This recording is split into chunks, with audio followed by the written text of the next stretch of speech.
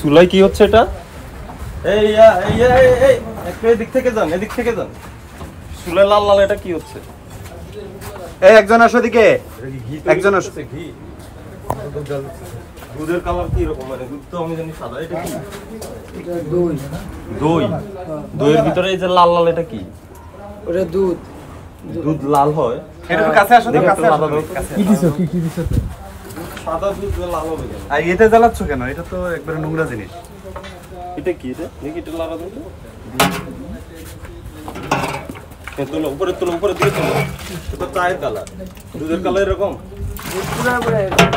পুরো মানে এই যে এটা এই দুধ এইটা তো স্যার এখানে সবচেয়ে কি ভাসতে দিতে হবে? কি এটা তো বলো? সর। কালার এরকম কেন? দুধের সাথে আর কি দিছে? দুধের সাথে আর কিছু দেওয়া হয় না। কিছুই দেয়নি। না। এরকম দুধ কি দুধ যদি আমরা জাল দেই এরকম চায়ের কালার হয়ে গেছে তো চা হয়ে গেছে। হ্যাঁ, এই চায়ের কালার কি রকম একটা এই কালার হয়ে গেল এটা? কি দাও বলো না কেন? তুমি ঝামেলা করো। রেডিশ কালার হয়ে গেল। না, শুধুমাত্র দুধ আর চিনি, আর কি? আর কিছু দেওয়া হয় না। দুধ চিনি ছাড়া কিছু দেয় না? না, কি তৈরি হয়ে যায়? ফুলটা। ওই যে তুমি এদিকে আসো, এদিকে আসো। আর কি কি দিছো বলো? আসো।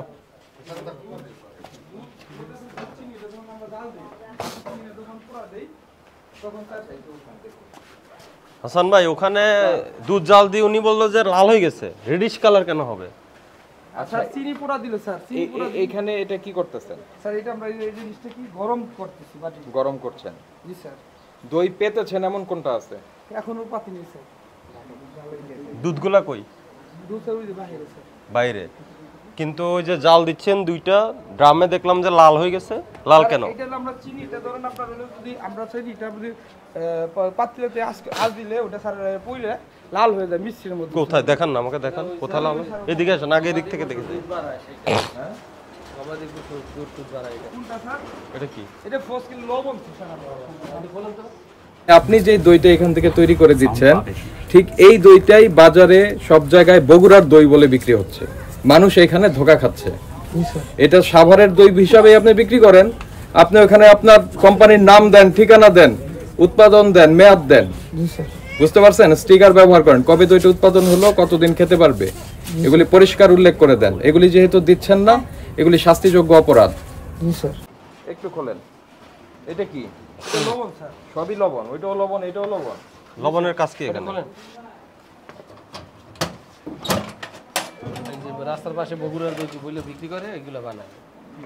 তৈরি করা দই কোথায় আপনার? রেডি হয়েছে? রেডি স্যার, সব সেল হয়ে গেছে। একটাও নাই? জি স্যার। আচ্ছা, নিচের ওইটা একটু বের করেন তো ভাই।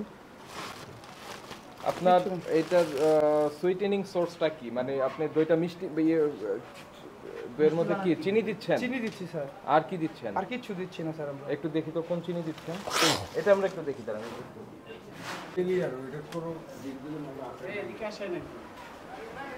আসেন, এখানে আসেন।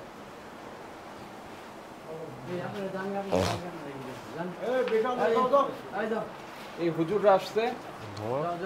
হুজুররা জানে যে এখানে দই বানায়? হ্যাঁ জানি তো। জানেন এই দই খেয়েছেন? খাই নাই এখান কেন খান না কেন? নাম কি এই দইয়ের নাম কি? এই দইয়ের নাম দিছে, আমি অনেক সময় শুনি যে বগুড়ার দই নাকি। বগুড়ার দই? আর বগুড়ার দই। সাভারে বানাচ্ছে বগুড়াতে, দারুণ তো। বগুড়া থেকে সব কালেক্ট করে। বগুড়ার দই বলে বিক্রি করে? বগুড়ার দই বলে বিক্রি করছে।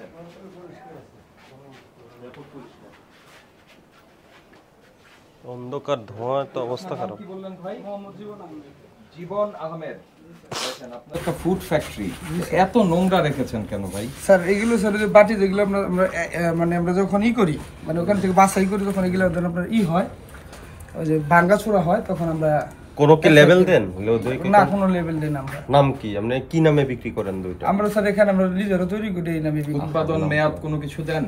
আমাদের প্রতিনিধি ছিল আমাদের মানে উৎপাদন, আমি যেটা প্রশ্ন করব সেটার অ্যানসারটা। আচ্ছা, যে দইয়ের উৎপাদন কবে, মেয়াদ কবে সেটা দেন? আমাদের একদিন মেয়াদ থাকে স্যার।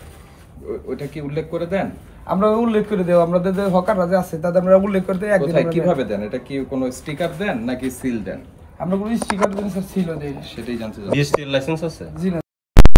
টেরিটরি প্রোডাক্ট, এটা করতে হলে বিএসটি লাইসেন্স লাগে। আর এই যে একটু আগে আপনার এখান থেকে দই নিছে, উনি যে বললো বগুড়ার দই বলে বিক্রি করেন, কে বলতেছে স্যার? এই যে আপনার সামনে বললো। আচ্ছা ডাক দেন স্যার। আচ্ছা ডাক দিতে হবে না, আমাদের এই যে রেকর্ড হয়ে গেছে অলরেডি, এটা ডাক দেওয়ার কিছু নেই। বগুড়ার দই বলে তো বিক্রি করেন আপনি। জি স্যার। এই তো তাহলে ওনাকে আমরা ডাক এখানে বানাই স্যার, আপনি আমরা এদিকে এখানকার কথা দই বলেন, বলি। আমার সাথে কথা বলেন। জি স্যার।